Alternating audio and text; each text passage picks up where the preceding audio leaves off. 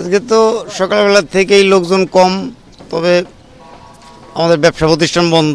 যারা কোর্টে আছে অনেকে জিজ্ঞেস করলো যে ভাই কোথায় যাব, কোর্ট খুলবে কিনা, তো বলতে পারিনি। আমিও বেরোয়েছি একটু কাজের তাগিদে। তো পরিবেশ সব মিলেই শান্ত।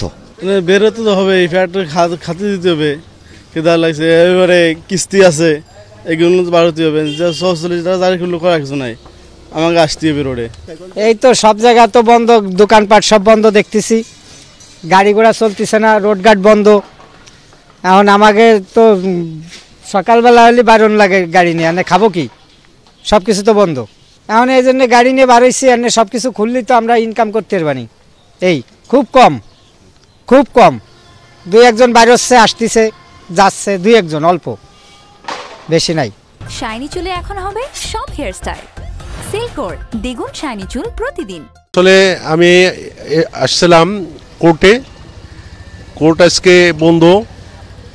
এসে শুনলাম যে কোর্ট বন্ধ এবং পরবর্তীতে আবার আসতে হবে, কবে আসব এবং যে সময়টা তারিখ আবার পড়বে হয়তো উকিলের মাধ্যমে বা মোড়ের মাধ্যমে জানতে পারবো।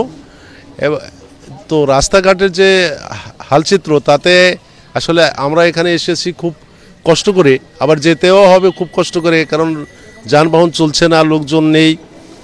তো এই দুর্ভোগটা প্রভাবিত হচ্ছে আমাদের আজকে।